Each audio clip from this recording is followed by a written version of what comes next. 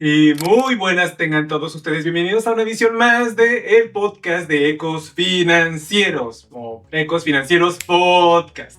El único programa que trae a ustedes semanalmente las historias, los relatos, las decisiones más importantes, de manera que les traducimos todo este barullo de políticas, economía y demás estratagemas de la geopolítica internacional en historias y decisiones que son fáciles de entender y que podrás saber cómo van a impactar tu vida de una manera u otra. Somos Álvaro Ávila y me acompaña Mari Carmen Rojas. Hola, bienvenidos a otra edición del podcast ininterrumpida. Sí. Finalmente llegamos a esta época del año donde podemos decir que tenemos muchos podcasts en el cuerpo. Sí, bastantes. Y esta emisión va a ser bastante larga, más larga de lo que... Bueno, es que hay muchas noticias. De repente la semana se puso muy caliente y no porque Trump haya hecho algo especialmente malo, sino porque realmente se le dio por hacer una gira express por todo Asia-Pacífico, haciendo y deshaciendo y amenazando y echándose para atrás con diferentes naciones. Fue a visitar a Japón, fue a visitar a Malasia, fue a visitar a Corea del Sur y se reunió, tuvo una reunión con Xi Jinping. 4 reuniones importantes. Ya solamente esas 4 reuniones, saber qué fue lo que hizo Trump, qué habló con cada mandatario, cómo fue que lo recibió cada uno y qué consiguió Estados Unidos en cada visita, porque prácticamente Está difícil ser Canadá. está difícil ser Canadá y cualquier país del mundo en general. Bueno, vamos a ver qué ganó Estados Unidos en esta super gira geopolítica. Por otra parte, resulta que en un evento extraordinario, resulta que Canadá tiene 10% más de aranceles. Así, de la nada, de golpe, porque sí, porque es Trump, porque nada lo detiene. Vamos a decirles por qué pasó. Porque en este momento Canadá tiene más aranceles que México, su otro socio comercial de Estados Unidos. Y si esto se va a quitar o se va a continuar de manera ininterrumpida por un largo tiempo. ¿Qué significa para el comercio entre estas 3 naciones? Y por otra parte vamos a hablar rápidamente sobre un operativo que ocurrió en Brasil, donde Lula da Silva genera una especie de redada contra un grupo de crimen organizado en Río de Janeiro y Las favelas. en las favelas. Y vamos a ver qué ocurrió, por qué ahora, por qué no antes, y qué significa esto para Brasil, que realmente es algo muy cortito. Y por último, la gran victoria de Javier Milei. Prácticamente Trump se lo dijo, mi ayuda está condicionada a que tú ganes. Lo consiguió. Vamos a hacer una transición súper rápida porque realmente no medita más allá de eso. Y ahí nos vamos a rushear un poco Brasil y Argentina, pero hay que mencionarlos porque es importante para la región. Exactamente. Entonces, si quieres saber esto y más, por favor, quédate con nosotros, que te diremos de manera detallada, sintetizada y bien explicada cada uno de estos eventos solo aquí en Ecos Financieros. Un espacio de geopolítica, economía, finanzas e inversión. ¿Cuál es la primera noticia? Bueno, hablemos sobre la gira asiática de Trump, hablando país por país que visitó en orden cronológico. La primera reunión fue en Japón con la nueva primer ministra Sanae Takaichi. Sí, si no sabías que ahora Japón tiene por primera vez en la historia una primer ministro mujer, es porque no viste mi programa de la semana pasada. Tienes que ir a verlo donde te explicamos por qué ahora y cómo le hizo la mujer para llegar al poder, ¿vale? ¿Y qué consecuencias puede traer para el país de Japón? Sí. Esta llegada era bastante, ¿cómo decirlo?, apresurada, esperada por los japoneses, quienes en menos de una semana tenían que preparar a su primer ministro, Sanae Takaichi, para tratar de convencer a Donald Trump de que no hiciera a Japón trizas, ¿vale? Que le permitiera seguir con sus objetivos de crecimiento. Y en un contexto donde su antecesor, Shigeru Ishiba, tuvo 3 meses para prepararse de cómo hablar con Donald Trump, Sanae Takaichi solo tuvo una semana. ¿Qué ocurrió? Bueno, resultó que ambos países ya habían venido firmando un acuerdo arancelario de que le iban a imponer a Japón un arancel del 15%, ¿no? Sí. Que ahí, y en ese momento recuerdas que dijimos que uno de sus grandes aliados, Asia Pacífico, a quienes se pudo haber puesto un arancel va a ser 10%, es como fue el Reino Unido, se lo dejó 15% porque sí. Porque sí. Y también que Japón se había comprometido a invertir 550 mil millones de dólares en la industria estadounidense y abrir su mercado al arroz, a los automóviles y al equipo de defensa estadounidense. Prácticamente me vas a pagar más aranceles para que me comercies conmigo y me vas a dar dinero a mi país. Listo. ¿Te gusta? ¿No te gusta? No me importa, yo tengo todo el poder absoluto. Soy Donald Trump, jajaja. Ja, ja. No existen los amigos para Trump. No, solo socios. Y gente que le cae bien. Entonces, prácticamente, en esta nueva visita, que duró pocos días realmente, ¿no? Trump no estuvo tanto tiempo en Japón. Prácticamente Japón se comprometió a fortalecer su alianza con Estados Unidos como eje de su política exterior y de seguridad. Básicamente, no me voy a liar con Rusia ni con China. Lo refrendo mi devoción y mi lealtad a Estados Unidos. Los japoneses expresaron que la alianza es la base para la paz y estabilidad en el Indo-Pacífico. Prácticamente en el sentido militar. ¿Por qué? Porque Japón todavía necesita de Estados Unidos para seguir estando bien ante China y Rusia. Eso no iba a cambiar necesariamente. Solamente fue como... incluso es algo como que medio obvio, ¿no? Sí, de hecho bastante obvio.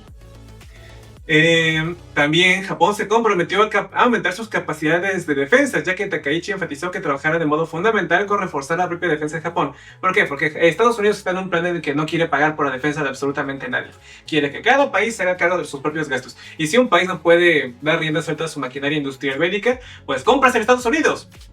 Y en ese sentido, Takaichi enfatizó que pues, va a reforzar la defensa de Japón. Lo cual... Un ganar-ganar, porque una de las cosas que quiere esta ministra extremadamente conservadora es volver a ser una milicia en Japón. Exactamente. Que por su constitución ellos no pueden. Y es por precisamente después de la segunda conflicto bélico mundial, Estados Unidos fue de las cláusulas que se hicieron. Sí. Y bueno, y esto de decir, wow, esto no cambia realmente gran cosa, sí, esto es una consecuencia de lo de la semana anterior, de que ella quería tener su propio ejército, mi primer ministro de Japón. Pero aquí viene lo importante, y presten atención.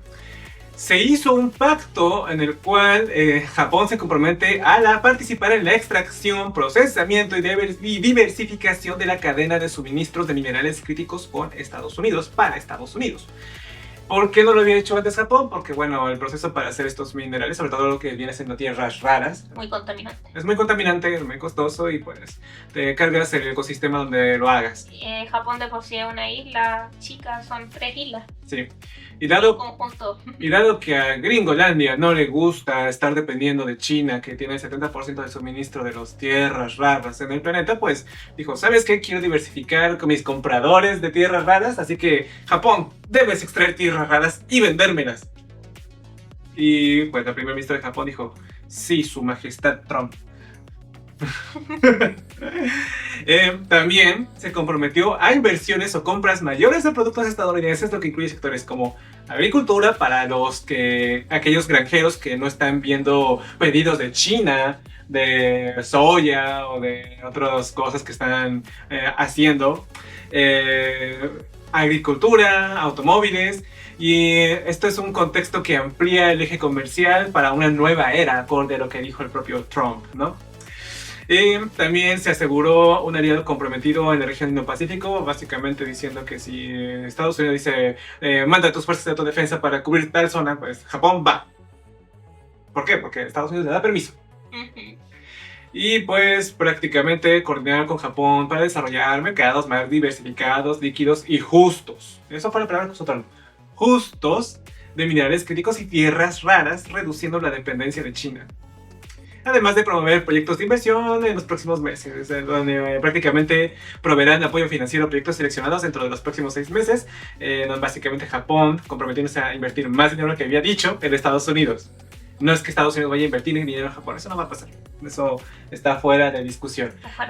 Si quieren verlo, es como si un rey de la Edad Media hubiera ido a uno de sus dominios feudos a cobrar la leva, el impuesto al señor del dominio. Eso fue hacer lo que hizo el rey Trump a Japón. De hecho, creo que el nombre de este podcast va a ser Salve Rey Trump o algo así. Quedaría bastante bien. Sí. De todas maneras, aquí habrá que ver si es que toda esta congregación que está haciendo con Estados Unidos le servirá y también como política interna para poder conseguir el cambio de la constitución. Sí, que le den permiso para finalmente tener un ejército derechamente como tal. Sí, de hecho, lo único que realmente gana Japón es acceso a tecnología para modernizar su industria de defensa y garantías de seguridad ante cualquier escalada bélica en la región del Asia-Pacífico. Si se dan cuenta, todas estas cosas que dio Japón al rey Trump en realidad están todas focalizadas en la escalada bélica. Así que es una apuesta que está haciendo esta nueva persona a cargo de Japón. Y habrá que ver cómo le sale la jugada, porque una cosa es decir y la otra es poder hacer. De hecho, no es fácil poder cambiar esta parte de la Constitución concretamente. Y en Japón suelen ser bastante fundamentalistas, sobre todo con la Carta Magna, por las razones que todos conocemos. Así es. Entonces, prácticamente el señor Naranja en esta visita también no se la pasó nada mal. De hecho, también recibió una serie de atenciones, ¿no? Sanae Takaichi le regaló a Trump un putter, o sea, un palo de golf, utilizado por el fallecido primer ministro. También le entregó una pelota de golf recubierta con hojas de oro y una bolsa de golf firmada por el famoso golfista japonés Hideki Matsuyama. Trump es fanático del golf, es como, no sé, si a ti te gustaba... Colección. Sí, o sea, es como si a ti te gustara el fútbol y tienes un balón firmado por Messi o Cristiano Ronaldo. También se le presentó una gorra con el lema Japan is back, que habló Trump, dijo, oh, qué bonito halago, sí. Y en cuanto a hospitalidad, recibió una bienvenida protocolar amplia, fue recibido en el Palacio Estatal de Akasaka, se reunió con el emperador de Japón, Naruhito. Y pues también Japón anunció que donará 250 árboles de cerezo a Washington para conmemorar el 250 aniversario de Estados Unidos. Y pues ya, o sea, fueron los tipos de regalos que dio. No, por lo que busqué, o sea, no escuché este es el mejor algo que he recibido en mi vida.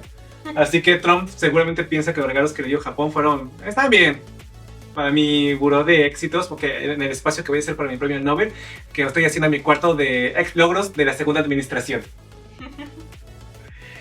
Y bueno, prácticamente estos regalos se dan para facilitar acuerdos y poner de buenas al señor Trump, de que, señor Trump, usted es tan grande y tan fuerte. En todo caso, aquí fue inteligente para mí la comisión o los que estuvieron a cargo de la logística de los regalos que se le dieron a Trump en Japón. ¿Por qué? Porque lo que hicieron fue tratar de hacer una conexión, dado de que Trump tuvo ¿cómo decirlo esto? Conoció a Abe. Ajá. Tuvo una relación personal con el... Shinzo Abe. Ajá. Y pues que los japoneses quisieron agarrarse de eso para decir, Trump, somos tus amigos, recuérdanos. Honestamente, yo no siento que Trump le tenga especial aprecio a Shinzo Abe. No, pero son cosas de diplomacia. Sí, es como que él se ve así. Y si tú miras y buscas fotos como las que ella les va a poner cuando llegamos a la versión editada del podcast, de repente Trump traspasaba el espacio personal de Sanae Takaichi, una mujer japonesa conservadora. Y se le ve muy incómoda as fuck. Porque Trump la agarra del hombro y ella se toca. Y aún así Trump bastante respetuoso, muy de arriba. Ajá. Se ve agarrado de la cintura y ya había sido el escándalo, ¿no? Sí. Aquí debo decir que le fue bastante bien a Japón. Y me atrevería a decir que es precisamente porque es una mujer con la que tuvo que tratar. Nosotros con este podcast sostenemos desde el principio de que Trump y las dirigentes femeninas no le van a pagar. Son una buena combinación. Le cuesta, no puede ser tan ojete como le gustaría ser con una mujer. Sí. En cambio es un hombre capaz, o sea, el hombre tiene que ser de una personalidad muy fuerte para que Trump no lo avasalle. Sí. O una personalidad también si es una personalidad muy pasional como es Gustavo Petro, también lo avasalla fácilmente. De hecho, que en ese sentido, si vemos un ejemplo latinoamericano de mandatarios que lo han hecho muy bien, Lula da Silva, Javier Milei y Claudia Sheinbaum lo han tratado con bastante correctamente, ¿vale? Sí. Ya no diré de los que se han ido como Dina Boluarte o Gabriel Boric, que ya para este momento de la historia de Chile poco importa cómo lo haya tratado, ¿no? Elecciones en Chile, veremos qué pasará. Entonces, si te gustó esta primera partecita que viene siendo Trump en Japón, no olvides dejar tu like, comentar y compartir y darle a la campanita de YouTube para que te avise cuando subamos nuevos videos. Segunda visita que fue Trump fue a Malasia. ¿Por qué fue ahí? Miren, hay un grupo económico que involucra a 10 países de Asia-Pacífico que se llama el ASEAN, ¿vale? Está Vietnam, está Camboya, está Malasia y otros países más, ¿vale? Entonces, Trump fue como invitado, que por no decir que se invitó solo, para tener un encuentro por allí, ¿no? Y estar como que asegurándose de que el ASEAN, o sea, estos 10 países que comercian mayormente con China, por cierto, le rindan pleitesía al rey Trump. Uno puede decir que fue a imponer respeto, como nos dicen aquí en vivo, pero realmente fue para rendir pleitesía. Entonces, aquí me voy a concretar. Como no encontré información de que si se reunió concretamente, le prometió algo a Vietnam o a los otros 10 países miembros, sí encontré información de que se reunió con el presidente del gobierno malayo, ¿vale? De Malasia. Y pues, entre las cosas que fue a hacer Estados Unidos fue reafirmar su compromiso con Asia-Pacífico, según lo que dicen los diarios. Básicamente, ya les digo yo, es mi territorio, ustedes me deben pleitesía a mí, y no lo olviden. O marcar presencia principalmente. Avanzar en acuerdos comerciales de inversión y seguridad con Malasia, un socio importante, y pues también Trump fue a presenciar un acuerdo de paz simbólico, porque no se firmó nada, entre Tailandia y Camboya. Recordemos que este año tuvieron algunas hostilidades que duraron más o menos 4 días, no fuego tan fuerte. Trump fue a decir, ¡silencio! ¡Dejen de molestar! Es que quieres o no, él se está trabajando firmemente por aparecer en la mayor cantidad de eventos y protocolos de paz para decir que él tuvo una acción directa, aunque no sea verdad. Sí, precisamente. Y realmente para Malasia era más importante porque en este año le tocó ser presidente de la ASEAN, del grupo económico que les digo, y quiso en una primera instancia elevar su protagonismo diplomático, atraer inversiones de Estados Unidos, que Estados Unidos no está invirtiendo en otros países. O sea, cualquier presidente que ingenuamente quiera negociar a Estados Unidos para que le vayan a traer inversiones, no, lo está haciendo mal. Lo está haciendo mal. Está leyéndolo muy mal. Lo que más propiamente quiere Estados Unidos es ir a saquear recursos a cambio de un pago mínimo. Sí. Y ese pago mínimo es aranceles pequeñitos, porque todos les están poniendo aranceles en un piso igual. Y por otra parte, el hecho de que las empresas estadounidenses tengan una mayor ventaja a comparación de las del resto del planeta. Y bueno, ya te puedes cobrar impuestos. Sí, o sea, si fuera una nación diferente, sí le podrías comprar impuestos a estas empresas. No te digo que quizás le puedas comprar un poco de impuestos, pero entre las negociaciones que tiene Trump es, el dinero me va a venir para acá, con papá. Y obtener otros compromisos concretos de Estados Unidos que beneficien su economía y su papel estratégico en la región, ¿no? De que Malasia sea como que el más importante de los países de la ASEAN, ¿no? Básicamente quiere tomar su lugar, posicionarse como un mediador en la región. Bueno, me imagino que siguiendo ejemplos como Qatar, el mismo Israel. Sí, pero en sí, si bien se firmaron documentos bilaterales en materia de comercio, inversión y seguridad, son más, ¿cómo decirlo?, propuestas de buenas intenciones de lo que se va a trabajar. Hechos concretos. Sí, eso precisamente, o sea... Este señor en este caso de Malasia está tratando de construir un relato donde él se pueda posicionar como que le vaya a funcionar realmente está por verse. De momento son solo palabras de dientes para afuera. Sí. Y bueno, déjame ver si me falta algo más, porque aparte de eso de presenciar el acto de paz entre Tailandia y Camboya, en Malasia, pues realmente no hizo gran cosa en ese país, solamente fue a marcar terreno, porque estaba reuniéndose justo en este momento, coincidía con su viaje y fue a darse una vueltita por allá. Y pues prácticamente, si bien no se firmó nada, también se le dio cierto grado de halagos, uno que otro regalito por ahí, que fueron muy menores porque Trump prácticamente no menciona que miren esto. Lo que sí ocurrió en Malasia, y esto es algo que no muchos diarios están mostrando, ¿Qué más está cubriendo? Es que Trump se reunió con Lula da Silva, presidente de Brasil, ¿vale? Actualización. Sí. Finalmente. Recordemos que Brasil se comió el 50% de los aranceles, ¿ok? Y Lula da Silva había dicho que él no iba a estarle rogando a Trump para que le negociara de pronto y que él sabía esperar y que cuando los estadounidenses estuvieran listos para negociar, entonces él ahí negociaría. Y hubo un equipo de trabajo entre Estados Unidos y Brasil que estuvieron ahí hablando y negociando y demás, ¿no? Bueno, la reunión salió en Malasia. Y pues prácticamente Washington parece haber dado un giro de 180 grados para apostar por una nueva estrategia comercial con Brasil. Con Brasil, su mayor proveedor de café. Tan buena fue la reunión que el secretario de Estado Marco Rubio dijo desde Malasia: creemos que a largo plazo a Brasil le conviene convertir a Estados Unidos en su principal socio comercial en lugar de China. ¿De qué será? ¿Del café? Sí, no, de todo en general, porque también está vendiendo soya a China, el gobierno brasileño.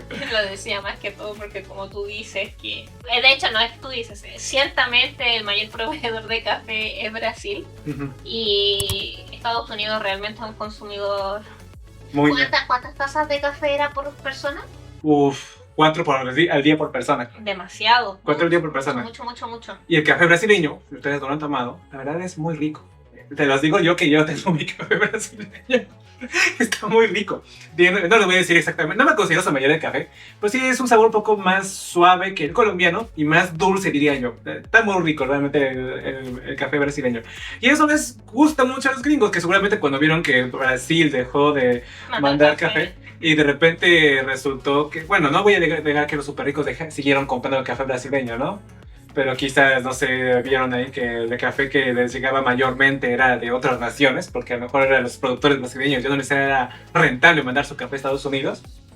Claro, 50% de aranceles. Sí, decían, ¿cómo que el café brasileño inventó más? Pero si antes lo encontraba por todas partes, ya no lo veo. Ahora sí, no. Ahora hay escasez. Ajá, quiero mi café brasileño de vuelta. Entonces, pues, prácticamente la noche del domingo pasado al lunes, en el momento que estamos grabando esto, el ministro de Relaciones Exteriores de Brasil, Mauro Vieira, informó al diario brasileño O Globo que ya se ha elaborado un calendario de reuniones y que en pocas semanas se alcanzaría un acuerdo comercial entre Estados Unidos y Brasil. ¿Qué busca Estados Unidos con todo esto? Marco Rubio dijo que explícitamente: queremos que Estados Unidos sea el primer socio comercial de Brasil, no China. Queremos sacar a China de la región.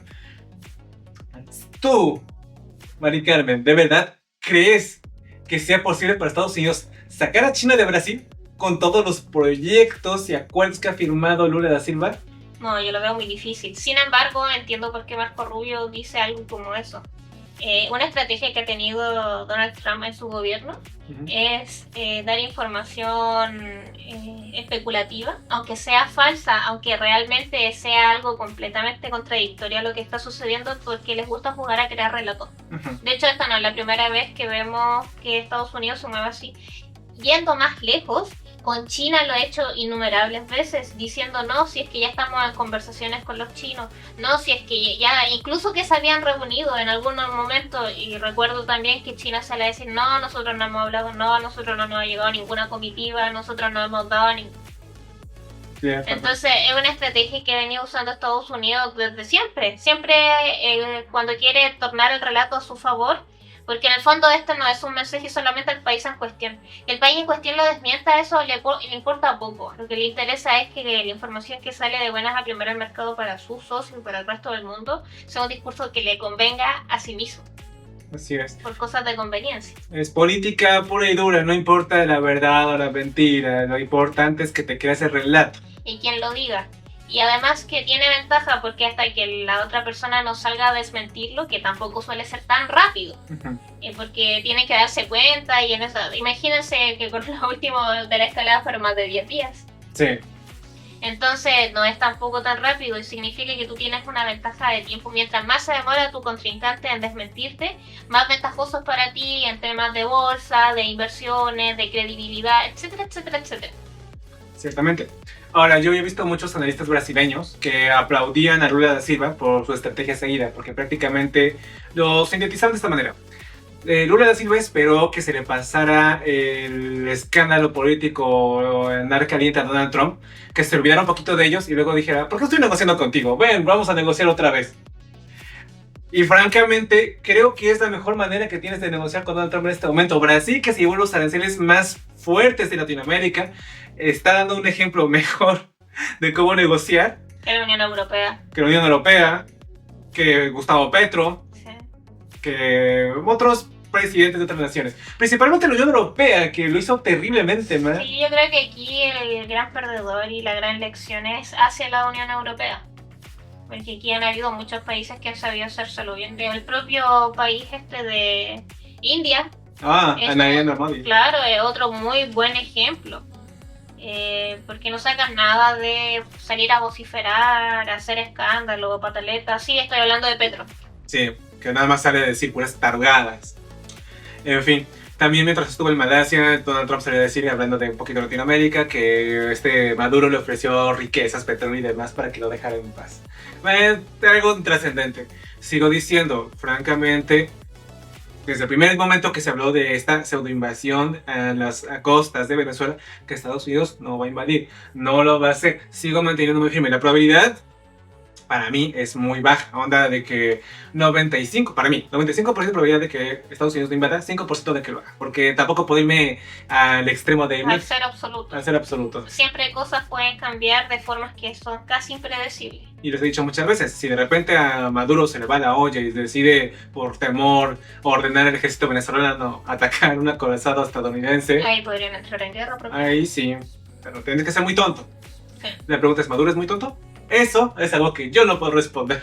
Sí, de hecho es algo que nosotros decimos. Estados Unidos por sí mismo no va a entrar en un conflicto más allá escalándolo. Pero el que podría morder el anzuelo podría ser el país contrario. Exactamente. Ahorita lo único que está haciendo Trump es hacer que Maduro cometa errores, ¿no? Y bueno, esto fue lo que ocurrió relevante en su visita a Malasia. Básicamente decirle a Lula da Silva, negociemos, dame la mano y saca a China de tu territorio. Y por otra parte decirle a la ASEAN, a los 10 países de Asia-Pacífico, que aquí mando yo. No se olviden, ¡nos vemos! Y se fue. Y se fue. Si te gustó como dimos esta visita a Malasia, por favor deja tu like, comenta y comparte y dale a la campanita de YouTube para que te avise cuando estemos haciendo nuevos videos o cuando entremos en vivo. Sí, aquí vamos a saludar a la gente que llegó nuevamente al chat, a Pánfilo, a Seba y bueno, a la Geneva Podcast. Que continúa por acá. Sí, entonces saludos a todas las personas que nos ven desde diferentes países. Tercer reunión, esta vez va hacia Corea del Sur, donde...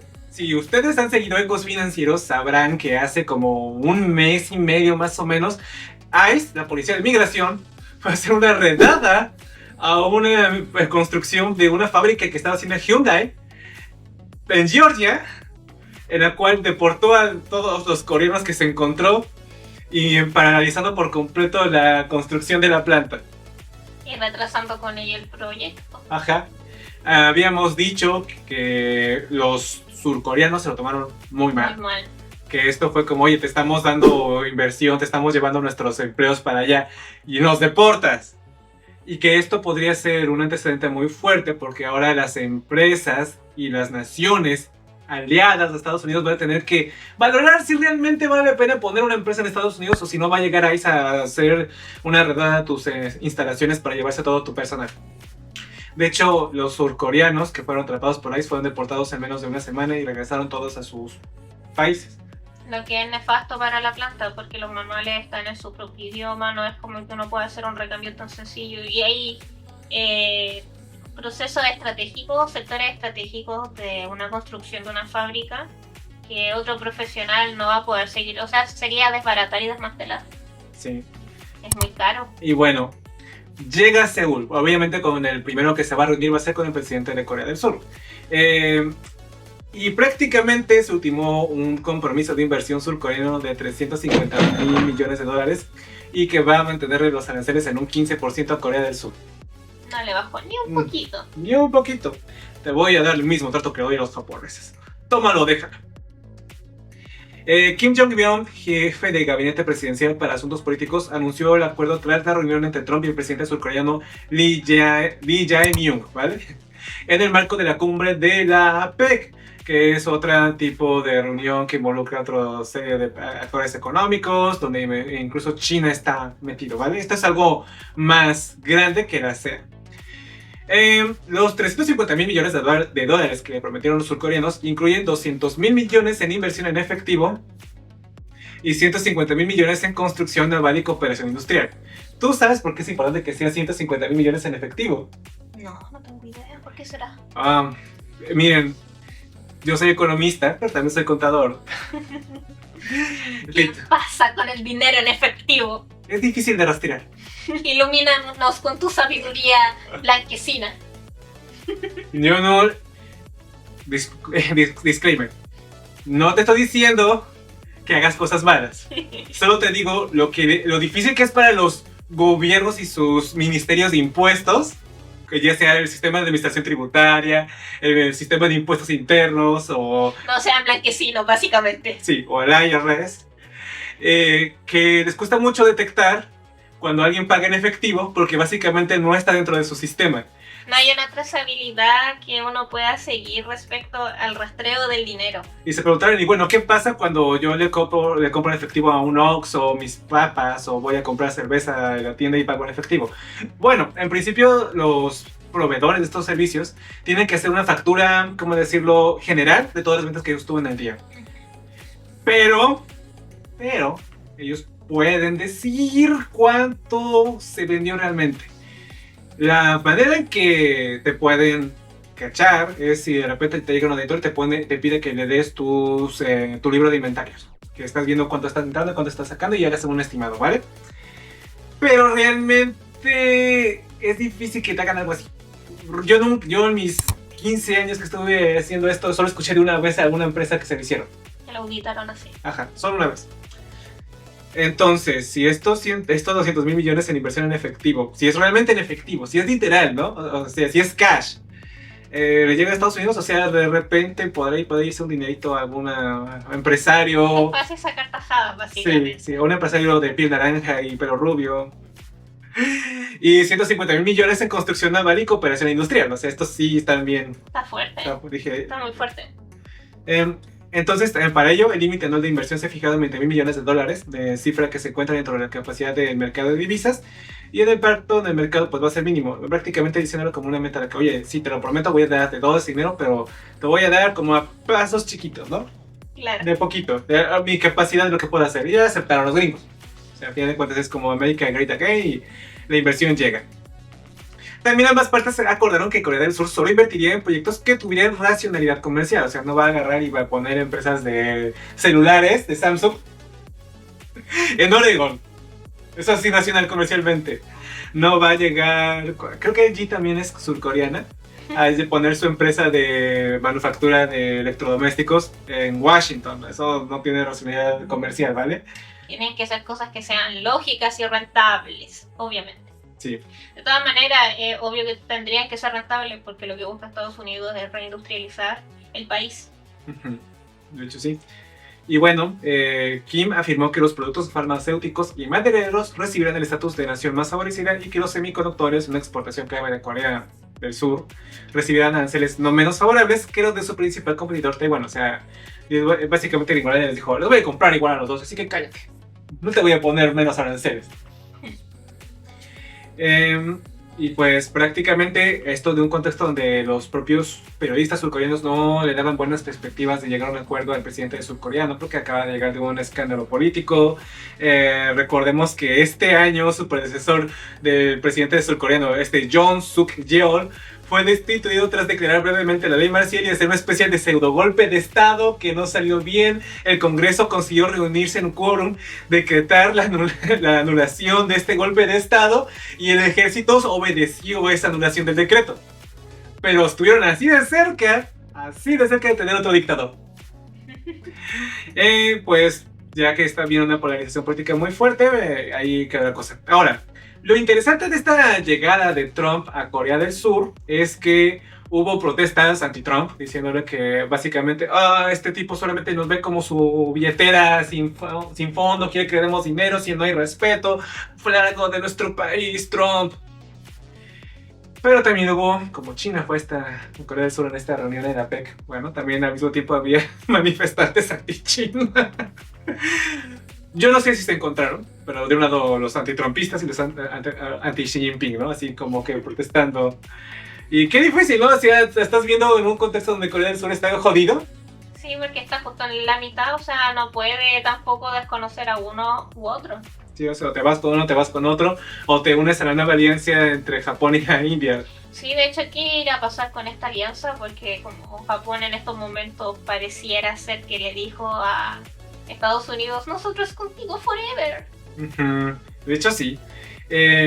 Y bueno, con los objetivos claros de la visita de Trump era reafirmar la alianza militar, onda de que vas a seguir comprándome armas, vas a seguir manteniendo mis tropas, vas a seguir pagando por ellas un poquito más, porque no quiero estar yo pagando tanto dinero para que mis tropas anden por acá. No es justo, dice Trump. Reforzar su estrategia indo-pacífica frente a China, porque bueno, fue cerrar cerca. y explorar una nueva vía de diálogo con Corea del Norte, porque resulta que en 2019 Donald Trump trató de hacer la paz entre las Coreas para conseguir su premio Nobel de la Paz. Salió mal, salió muy mal, al punto en que se iba a construir un edificio entre las dos Coreas para que sea el centro de diálogo entre Corea del Sur y Corea del Norte, y los coreanos del norte lo dinamitaron, lo destruyeron, lo demolieron y no quedó nada de ese edificio. Ahí sí quedó la paz de Trump. Así de fuerte fue la paz. Que hablando de paz, pequeño contexto, pequeño paréntesis, la paz en Gaza que había firmado Trump la semana pasada se fue al carajo. Netanyahu atacó nuevamente a Gaza y todo se fue al demonio otra vez. Lo que no es sorpresa, de hecho nosotros lo comentamos, de que estaba por verse dada la desesperación que tiene el propio Netanyahu ahí de ¡denme garantías! Sí. Y bueno, acusando de que jamás no cumplió sus promesas y que por eso tenía legítima autoridad para hacerlo. En fin, regresamos a Corea del Sur. Entonces, el presidente de Estados Unidos, Donald Trump, dijo el jueves que ha autorizado a Corea del Sur también, esto es importante, a construir su primer submarino nuclear, marcando un cambio importante en la cooperación en defensa entre los países aliados. Por si para tener una especie de, ¿cómo decirlo?, de disuasión más fuerte a Corea del Norte. Esto es muy importante porque prácticamente Corea del Norte ya está... Una garantía de seguridad, de hecho. Sí, Corea del Norte, hasta donde yo sé, no tiene submarinos nucleares.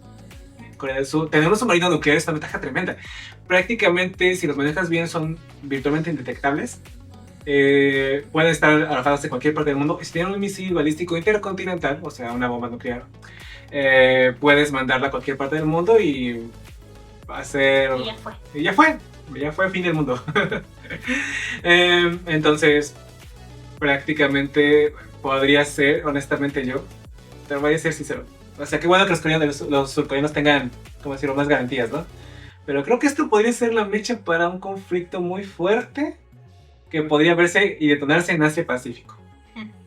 Digamos que es una zona bastante más caliente de lo que la gente suele darle importancia. Está belicosa aquí. Ajá, porque está China con sus pretensiones de mantener sus aguas territoriales. La India también tiene armas nucleares, Japón tiene la cuestión de autodefensa que quiere rearmarse nuevamente.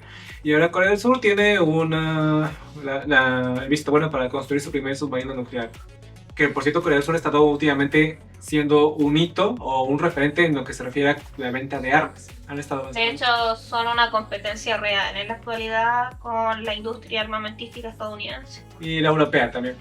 De hecho, los polacos despidieron un montón de tanques a los surcoreanos. Y todavía no se completa, pero yo creo que se completa hasta mediados del siguiente año. Pero bueno, ya les pidieron en caso de que Rusia quiera pasarse de listo, ¿no? Sí. Y pues yo lo que veo aquí son en términos geopolíticos, de manera personal, de acuerdo a lo que yo sé de historia económica, es que es una situación parecida a la Primera Guerra Mundial, donde cada país está armando y cada uno se está como que trincheando de la peor manera posible, y el más mínimo roce o excusa puede levantar algo gigantesco, una tremenda bola de nieve. Sí. Espero que no, ojalá me equivoque, de verdad, ojalá que esté esta mente ahí debrayando, diciendo, uy, tengan cuidado, al fin el mundo se acerca. De verdad que no es mi intención, ¿eh? Pero sí, francamente, yo no creo que haya sido buena idea dejarles a los surcoreanos un submarino nuclear. Ya de por sí la zona es caliente y tú vas y les das más motivos para ser caliente. En fin.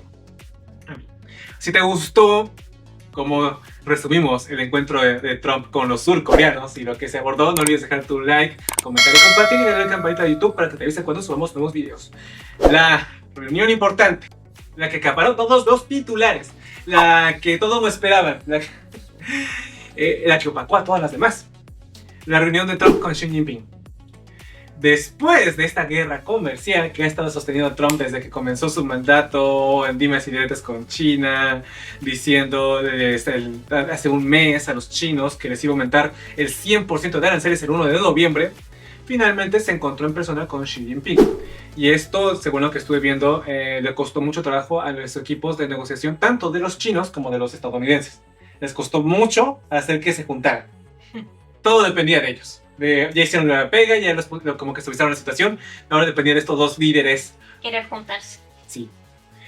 Y bueno, mientras gran parte del mundo se apresuraba a halagar a Trump y a negociar la reducción de los aranceles globales que le implementó esta primavera, China contraatacó con sus propias medidas. Recordemos que ambas partes se vieron obligadas a sentarse a negociar debido a que China llegó a un punto que dijo, bueno, pues ya te pongo tantos aranceles y francamente no te voy a poner más porque hacerlo ridículo. Ya a este nivel no hay manera que comerciemos.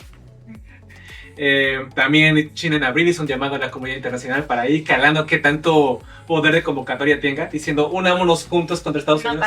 Y no jaló. Y está bien. De hecho, es bueno que lo hayan hecho de esta manera.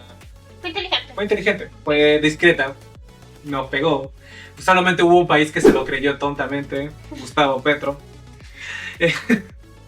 Y pues prácticamente después de que las normas estadounidenses afectaran el acceso a China a la tecnología estadounidense, de hecho eso fue lo que enfadó a los chinos, que después de que, una semana después de que Trump les juró que ya no iba a haber más escalada bélica, dentro de su propia administración unos halcones agarraron y implementaron una serie de sanciones a empresas chinas sin la autorización de Trump.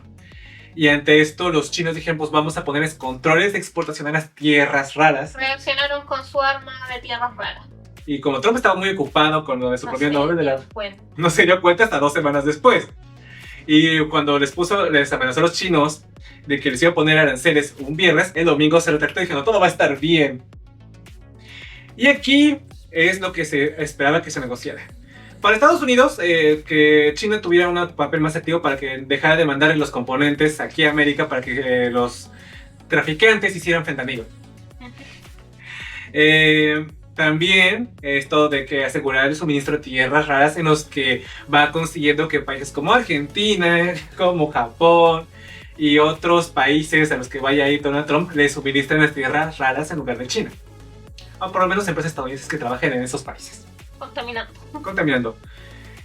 Había, pues, ¿cómo decirlo? Una bronca muy fuerte en Estados Unidos porque los productores de soya de Illinois, Chicago, si no me recuerdo, y de 3 estados de la Unión Americana estaban con pérdidas multimillonarias porque ya habían pasado 5 meses sin que los chinos les hicieran pedidos de soya. Estaban muy asustados y estaban enojados en una época en la que ya vienen elecciones parlamentarias en Estados Unidos. Hay que negociar eso. Es una época sensible, o sea, Trump no puede permitir que continúe así. También Trump esperaba que ya dejara de ayudarle a Rusia a seguir haciendo la guerra en Ucrania porque no puede hacer su paz en Ucrania.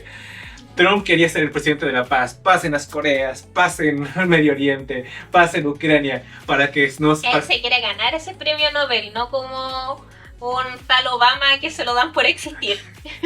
Y en ese sentido estoy completamente de acuerdo que Trump está enfadado. Pero... quizás sea el mandatario que más se ha esforzado por hacer. Genuinamente porque quiere ese premio. Oye, haciendo una pequeña pausa. ¿Es malo que un mandatario haga las cosas más horribles del mundo para generar la paz de una manera u otra, aunque sea de una forma poco ética? Es que Trump es ese tipo de persona que dice, yo no veo las consecuencias, solo me interesa los resultados. El fin justifica el medio. Y bueno, los chinos querían un campo de nivelado de comercio internacional, que dejar de amenazarlos, que se quitaran los controles tecnológicos para accesar a tarjetas de video y otros componentes electrónicos que todavía China necesita. Que se asegure China que Taiwán es suya, que van a entrar con las fuerzas, van a tomarlo y que Estados Unidos no intervendrá. Eso es algo muy importante para ellos. Y pues China quiere que Estados Unidos relaje las restricciones de inversión de empresas chinas en Estados Unidos. Porque si por China fuera, las compraría todas. Y Estados Unidos no los deja. ¿Qué pasa con el capitalismo, Trump? Con el libre comercio, con la libre competencia. Tú nos enseñaste a hacer esto. Además de que, pues, que Estados Unidos deja de estar cobrando tasas portuarias más caras a los barcos chinos en lugar de los otros barcos del planeta. Que se avance sobre si se va a vender o no TikTok a las empresas estadounidenses, al menos la subsidiaria que está en América del Norte. Y pues Trump propuso un control de armas nucleares como tema de conversación para que China se desarme nuclearmente. Eso no va a pasar. Y ahora, geopolíticamente hablando, yo les puedo decir que en términos de relato, si bien Trump vino a decir, oh, todo está bien, todo vamos a hacerlo bien, a final de cuentas, quien venía con mejor ventaja era Xi Jinping. Y de hecho se notó por el resultado de esta negociación. Como van a ver ahora, lo que pasó realmente es que China sacó grandes ventajas. Sí. No decimos de que Estados Unidos no tiene sus ventajas, pero si pasamos una comparativa, yo me atrevo a decir de que China negoció muchísimo mejor, significativamente mejor. ¿Qué pasó? ¿Qué se firmó? Presten atención, para que ustedes mismos digan si estamos equivocados o tenemos razón sobre que China ganó en esta conversación. O fue un empate, déjalo en los comentarios. ¿Vale? La reducción de forma inmediata de los aranceles que tienen los chinos del 20% al 10% de los impuestos a febrero a los productos chinos por el tráfico de fentanilo. También se ha asegurado que va a visitar China en abril para hacer una especie de conversiones más profundas para un acuerdo después. Y que este país comenzará a comprar grandes cantidades de soya a los productores de estos 3 estados de la Unión que necesitan, ¿cómo decirlo?, fuertemente la compra, sobre todo que ya estaban en pánico cuando vieron que los chinos estaban comprando el soya a los brasileños y a los argentinos, y no a los estadounidenses. Entonces, China se comprometió a salvarle el trasero a Trump en ese aspecto, ¿vale? Además, Trump ha tratado la guerra de Ucrania, dice que vamos a trabajar juntos para ver si podemos hacer algo para que Rusia deje de tener esta ayuda de China. Y pues, dijo, sí, lo vemos en abril. La parte china, que esto es importante, esto es muy importante que para que vean, porque esto es lo que te acabo de decir, ese relato que dijo Estados Unidos, ¿vale? ¿Qué dijeron los chinos? ¿Qué pasó con China? Un portavoz chino de comercio ha detallado en una comparecencia que Estados Unidos se ha comprometido a suspender durante un año la ampliación de la lista de entidades sometidas a controles de exportaciones. Este cambio normativo introducido por Washington en septiembre y que afectaba potencialmente a miles de subsidiarias de empresas chinas que estaban en Estados Unidos y pues desató naturalmente la furia de Pekín, ¿no? ¿Ha sido congelado? Sí, durante un año. Eso es bastante. Muy bueno. Bastante bien. También las restricciones que había puesto en respuesta por esto que hizo Estados Unidos de restringir el comercio de tierras raras de Estados Unidos también fue pospuesto por la misma cantidad de tiempo. ¿Un año? Un año. ¡Wow! ¡Qué bien negociado! Sí. China suspenderá durante un año, explícitamente, cito, China suspenderá durante un año la aplicación de las medidas de control de exportaciones correspondientes anunciadas el 9 de octubre y estudiará la formulación detallada de planes específicos. Ambas partes se han comprometido además a dejar en pausa también durante un año las nuevas tarifas portuarias recíprocas introducidas hace un par de semanas donde decoraban más a los barcos chinos. Porque de recíprocas... O sea, básicamente le bajaron también esa parte de los barcos chinos. Y el gobierno chino ha asegurado que se ha alcanzado consenso sobre la cooperación antidrogas en materia de fentanilo, la ampliación del comercio agrícola y el tratamiento de casos empresariales específicos. Onda de que no... ¿TikTok quizá? TikTok y que no molestes a mis empresas estadounidenses que están por allá, por favor. Y también, de hecho, hablando de TikTok, se recupera el marco de un acuerdo para la venta de la popular red social de videos de China en TikTok. No está el acuerdo como tal ya firmado que te lo vendemos, pero ya se está La conversación se abre al diálogo. Y eso es todo. Eso es todo.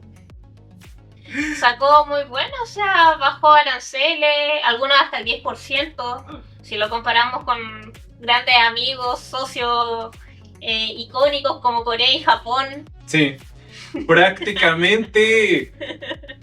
O sea, tú mi enemigo favorito. A mí me sorprende, honestamente. A mí se me hizo raro que para toda una conversación que tuvo con Xi Jinping que estaba esperando fuera una cosa tan escueta. Ya cuando me fui a ver que anunció China, que se anunció, fue como que, vaya, con razón no querías decir exactamente que se anunció, más allá de que no se preocupen, granjeros, la soya se compra. Obviamente iba a omitir todo eso del relato, evidentemente. Y esto beneficia mucho a Xi Jinping, que no solamente queda fortalecido que su estrategia funcionó ante el Partido Comunista Chino, sino que... la legitimidad que va a tomar a su pueblo, a su país, China, la nación. Porque Trump se ha dado cuenta de que su estrategia no funcionó con China. China no se arrodilló, no se humilló. Para los chinos es muy importante eso. El hecho de que hayan conseguido... sí, la humillación no lo pudo replicar nuevamente Trump con su forma matonésica. De hecho, ¿qué es lo que quiere China realmente? La estrategia china es ser indispensable en todos los campos de todas las industrias, agrícola, industrial, o sea, de maquinaria y demás, y tecnológica, para que todos los países del mundo dependan de China de una manera u otra. Eso es muy jodido. Pero es una de las formas que yo en economía aprendí que se podía conseguir la paz mundial, la paz mediante el comercio. Ahorita Estados Unidos está por una cosa de la paz mediante la fuerza. Sí. Y francamente yo solo sé que Latinoamérica pierde igual. Lo van a saquear igual, ¿no?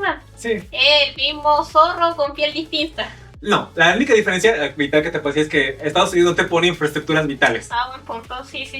Aquí China suele poner infraestructuras que pueden ser clave.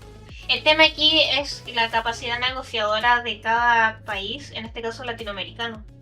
Porque pueden pasar cosas como Perú, por ejemplo, de que rentó sus puertos, son una renta. Y ni siquiera tiene un periodo de caducidad. Ciertamente. Y miren que, vaya, aquí de hecho nos comentan, las cosas en Estados Unidos no han estado de todo bien. De hecho, ya sí los estadounidenses, o sea, ya ha habido varias notas donde ya sintieron el peso de los aranceles en su bolsillo. Y que de repente no tengan tanta variedad de productos como los que tenían antes por los aranceles de Trump, es algo que les empieza a pegar. Y les expliqué yo que los aranceles son impuestos que tú le pones a la llegada de estas mercancías, y los productores que te las venden pueden hacer dos cosas: o bajan el precio para ser competitivos en tu nación, o directamente no te los venden, o tercera, pues te pongo a ti consumidor el precio de esos aranceles. Sí, que es lo que se suele hacer. Entonces, como la gran mayoría hizo lo último, pues realmente si antes te alcanzaba a un estadounidense para comprarse su café al mes, su bolsita de café de 1 kilo, ahora quizás esté comprando ponque cada 2 meses, que está caro. Sí, y de hecho también nosotros hablamos en el podcast anterior de que esto no se había explotado aún en la cara de Trump al corto tiempo que se lleva, pero hay una persona en Harvard, un profesor... La semana pasada. Sí, que resulta de que según él, en su estudio más actualizado, dice de que en realidad la economía de Estados Unidos, su crecimiento se está basando netamente en el boom de una posible burbuja de la inteligencia artificial. Y eso es fuertísimo. Sí. Porque no se puede como sostener, no es eterno. No es eterno, y si al final que toda esta inversión no resulta en una tecnología puntera que cambie la dinámica internacional o en todo el sentido de la palabra, pues China habrá tomado la decisión correcta al invertir diversificadamente en todos los aspectos, en la agricultura, en tecnología, en los autos eléctricos, en procesadores, y una sola industria no puede sustentar todo esto, sobre todo que la inteligencia artificial está apuntando a quitar puestos de trabajo, no a generarlos. Y recuerden una cosa, aquí tú como economista, lo más importante es que existan consumidores que puedan hacer andar una economía. Si de repente todas las empresas del planeta se vuelven tan eficientes que la IA hace todo, ya no contratas humanos, entonces ¿quién te va a comprar? Mucha gente decía que no, es que ahora el gobierno tiene que entonces suministrarle a la gente un estipendio, dinero. Pero te voy a decir qué va a pasar con eso. Lo que va a pasar con eso es que entonces el precio de todos los bienes y servicios, como el dinero va a ser limitado porque el gobierno no tiene dinero eterno, sí, ponte a pasar eso. Entonces tú verías como las empresas que sobrevivirían serían aquellas que den los servicios más baratos posibles, de la manera más eficiente y completa posible. Verías como de repente monopolios se empiezan a atacar uno al otro. Y sería al final, desde mi perspectiva personal, una cuestión donde o bien generas un mundo distópico donde hay muchísima pobreza, o generas un mundo distópico donde se quedan, empresas se empiezan a tornar una tras otra, porque ya no hay consumidores que puedan pagar estos servicios. Sí, pues no se puede sostener una economía. Sí. Les digo, los humanos están infravalorados, pero... Sí. Todo eso es complejo porque sea una cosa o la otra, el mercado estadounidense no lo va a poder aguantar. Yo insisto, me atrevo a decir que quizás esto frene a mediados del próximo año, que antes incluso. Yo me atrevería a decir que a mediados del próximo año porque el consumidor sí está asumiendo el costo, y si Trump con su políticas matonésicas no deja todos estos clavos bien cerrados de aquí al próximo medio año que queda, no va a aguantar. No va a aguantar. En todo caso, los expertos que yo he visto, que son economistas nobles, decían que ellos esperaban que si realmente no burbuja vaya a tornar en 4 años. Vamos a ver el siguiente año ya, corto, mediano plazo, qué tanto le ha funcionado a Trump esta estrategia. En todo caso, Trump es una persona bastante cortoplacista, y dentro de su corto plazo es un mandatario que es capaz de sacrificar el país y el futuro de la nación por que no le explote durante su periodo. O sea, yo veo a Trump siendo capaz de hacer una cosa que le salve el trasero a la economía de Estados Unidos y otra cosa que le salve el trasero, así hasta que termine su mandato, pero toda esa mierda vamos a verla en el sucesor de Trump. Que seguramente va a ser un demócrata. Y los republicanos se van a ver la mano que, ay, no, yo no hice nada mal. Sí. Demócratas que no saben gobernar. Sí, así que si es que el tipo llega a ser tan, ¿cómo decirlo esto? Creativo. Es que yo creo que la palabra más adecuada aquí es ser creativo. De poder aplazar esta cosa que tiene que explotar sí o sí. hasta el final de su mandato, o vamos a ver en Estados Unidos, También otra forma en la que puedes ver si Estados Unidos tiene finanzas frágiles es que el cambio climático de repente ya empieza a pegarle a la humanidad. Resulta que todas las costas, tanto la oeste o oeste de Estados Unidos, empiezan a tener severas afectaciones por la elevación del nivel de las aguas. Pero bueno, eso ya es algo más especulativo. Y aquí estaríamos anunciándoles si pasó o no pasó algo, teníamos una razón, ¿vale? Aquí dice un comentario: a mí lo que me sorprende de Estados Unidos es cómo la inflación ha aumentado tanto, en algo similar al 250% en los últimos 10 años. También tomen en cuenta que la gran alza en la economía de Estados Unidos cuando inició el mandato fue en realidad prepárese para lo que viene, que sí, eso es cierto. Mucha gente se empezó a proveer al principio de este primer trimestre del mandato de Donald Trump de materias primas y demás cosas para tratar de sopesar o sobrepasar toda esta mierda arancelaria que estaba haciendo Donald Trump. Y sobre la IA, realmente China, pues, como dice aquí este comentario de Site02, ha conseguido recrear una tecnología similar de manera muy barata, mientras que en Estados Unidos se concentran demasiados recursos para los resultados. Pero esta cuestión es algo que, como ya mencionamos, se tiene que seguir evaluando. Y ya veremos si la estrategia china funciona o no al final. Este podcast no está casado con una ideología o con un partido. Sí, eso es cierto, aquí nosotros no somos pro ningún personaje político. Ni ninguna ideología, ni ningún país. Es que, ¿sabes cuál es el problema de repente cuando tú mencionas estas noticias a gente de nuestra región, Latinoamérica, ¿no? Es que quieren ver en Estados Unidos o en China en un salvador, cuando en realidad ninguno de los dos nos va a salvar. Ni la derecha de tu país, ni la izquierda de tu país te va a salvar tampoco, porque si te pones a analizar quiénes son los que están arriba, quiénes de dónde vienen, te vas a dar cuenta que son familias de políticos que han estado generación tras generación, simplemente... Aquí en América al menos son latifundistas. ¿Sí? Pasándose el poder uno tras otro. Son estirpes de políticos, y así como pasa en tu país, pasa en el resto del mundo, con el tema de la gente que dirige. En algunos países son realeza, en otros países son castas políticas. Sí. Entonces lo que digo que te sirve este podcast es para tratar de ver las decisiones que se van tomando y ver cómo suenan las aguas para decir, oh, entonces quizás deba invertir mi dinero en oro, ya que se están haciendo muchas cuestiones que hacen que se anticipe. Va a haber una volatilidad de aquí a tanto tiempo. Sí, pero nuevamente, yo no recomiendo que inviertas en oro si vas para corto plazo. El oro es para invertir a largo plazo. Si tú vienes es que para resguardar tu capital, tu dinero, tu riqueza, te sirve el oro. Pero si tú quieres hacer algo para que te rinda dinero y sacar regalías de ese algo, rendimientos rápidos en menos de un año, entonces el oro no te sirve absolutamente de nada.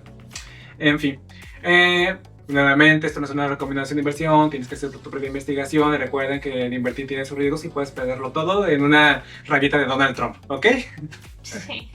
Entonces, si te ha gustado, como dijimos, esta parte de China y Trump, por favor deja tu like, comenta y comparte y dale a la campanita de YouTube para que te avise cuando hagamos nuevos videos. Y ahora, rusheando, actualizaciones súper rápidas.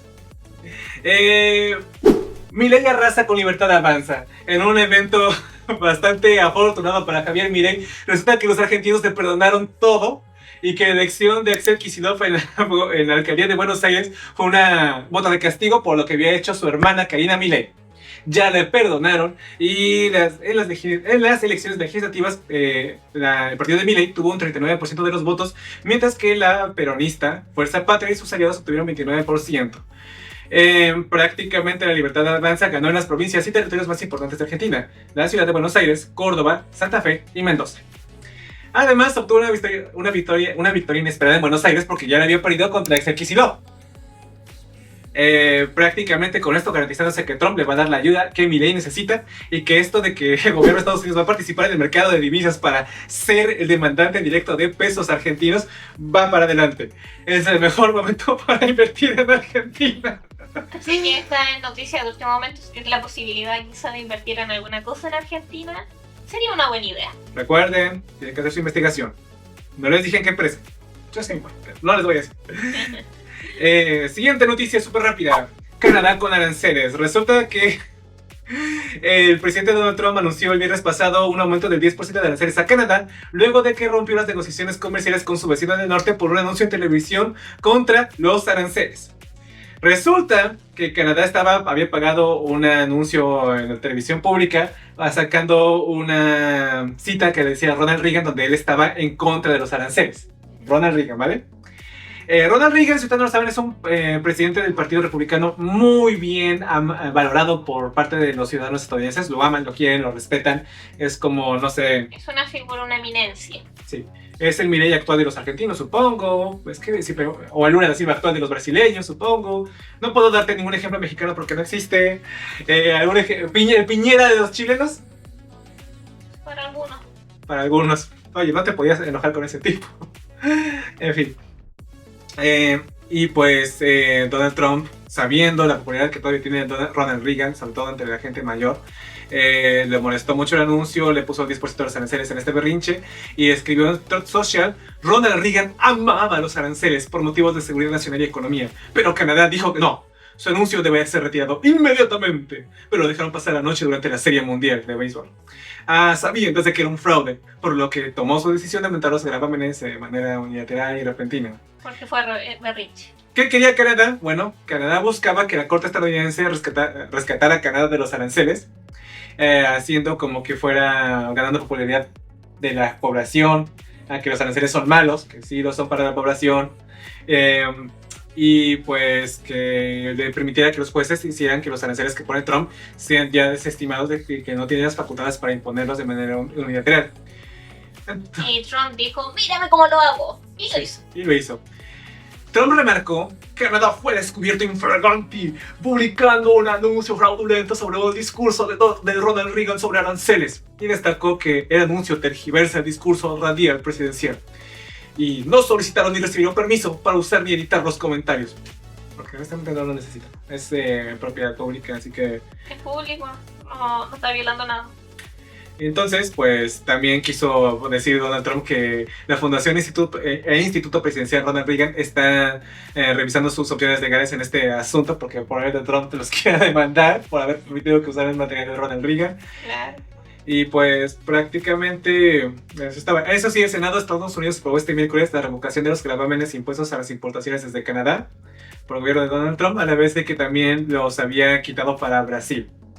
Pero, según lo que estoy leyendo, esto es algo más como simbólico, porque Trump como que tiene que terminar de... Él ha estado haciendo sus cosas y tiene la jugada ahí. Sí. En todo caso, hasta no veremos. Sí. Porque Canadá, debemos decir que se la jugó. Sí. Básicamente tiene que ir a otra cámara para que les den el visto bueno. Sí. Y por último, operativos en Brasil. ¿Qué pasó en Brasil? Ese me interesa. El gobierno de Río de Janeiro desplegó este martes la llamada Operación Contención en los complejos habitacionales, o las favelas, Alemão y Penha. Eran las favelas de la capital del estado, como les dije, ¿no? Y pues en un comunicado prácticamente fue un ataque que hicieron de manera conjunta la policía de Río de Janeiro, hubo drones, hubo una fuerza paramilitar. Básicamente hicieron una intervención en las favelas para desbaratar bandas criminales. Sí. Tuvo 2.500 policías y militares, 2 helicópteros frente a 2 vehículos blindados, drones y 12 vehículos de demolición y ambulancias, por si había algún herido. Claro. Como resultados, hubo 120 de suscritos por esta operación. No eran heridos, eran de suscritos. Ok.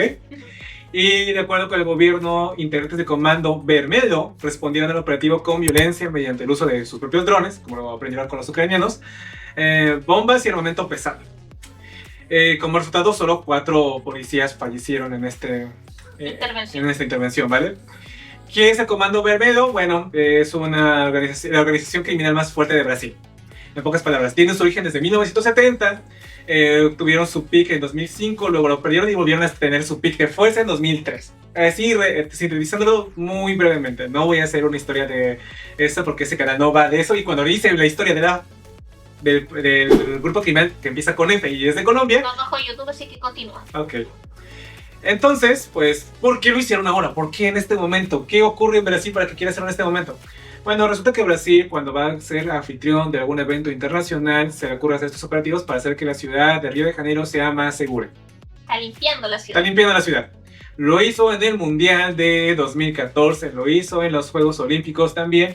Entonces, pues también lo hizo ahora que va a ser anfitrión de la Cumbre Mundial C40 de alcaldes que abordan el cambio climático. Esto es una cosa de una iniciativa del alcalde de Londres que fueron sumándose a otras ciudades y que ahora supuestamente sirve para atraer inversiones de empresas que quieran ver a Río de Janeiro como un objetivo para traer sus negocios acá. también va a ser anfitrión de un premio que se llama Earthshot, ¿vale? Creado por el príncipe William, heredero del trono británico, en el que participarán que van a estar celebridades como Kylie Minogue y Sebastián Vettel, campeón de Fórmula 1, ¿vale? Entonces también va a estar preparativos para la COP30, que es una cumbre climática de las Naciones Unidas, y pues todo esto, como va a ocurrir en este momento, pues fue como vamos a limpiar la ciudad para hacerla más segura, que sea bonita y que no todos estén felices. Solo es eso, no hay más. Pues esa fue la situación. ¿Para qué sirven estas cumbres que está sacando a Brasil? Para que tenga visibilidad. Visibilidad y puedan hacer inversiones. Además que lo necesita, porque con esto que ha estado haciendo Trump y todo tan vertiginoso, mientras más exposición, mejor para el país. Sí, realmente posiciona a Brasil como un sitio de que tienes que voltear a ver para que tenga relevancia, no solamente en el comercio internacional o como un país al que tienes que pedir su opinión para que se hagan cosas en el planeta, ¿no?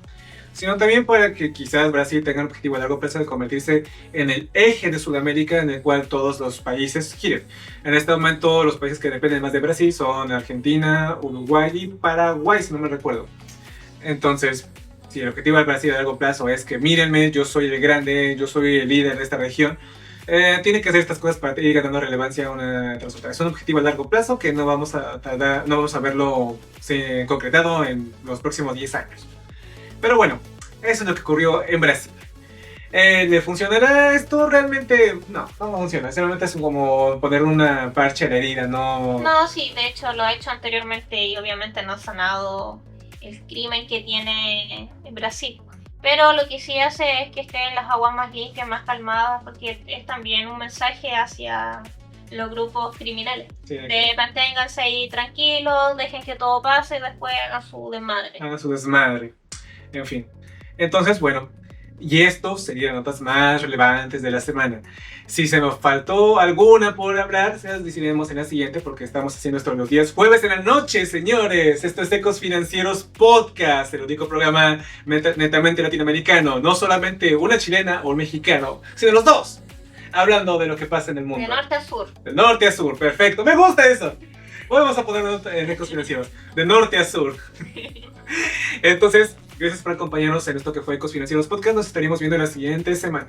Y ya estaré subiendo a lo largo de la próxima semana los videos que voy a sacar. Y ahora sí de lo que pasó en Tulum y el desastre que ha ocurrido en unos aspectos muy cabrones. Definitivamente, un caso increíble de cómo la corrupción termina impactando en la economía real y trayendo pobreza y miseria a la población. Y sobre todo pervirtiendo a una población completa. Nunca había visto algo así tan fuerte, digno de estudio, ¿vale? Entonces he estado preparando eso. Entonces, gracias por acompañarnos. Nos vemos en la siguiente edición de Ecos Financieros Podcast. Y pues esto sería todo. Nos vemos. Bye bye. Bye. Cuídense.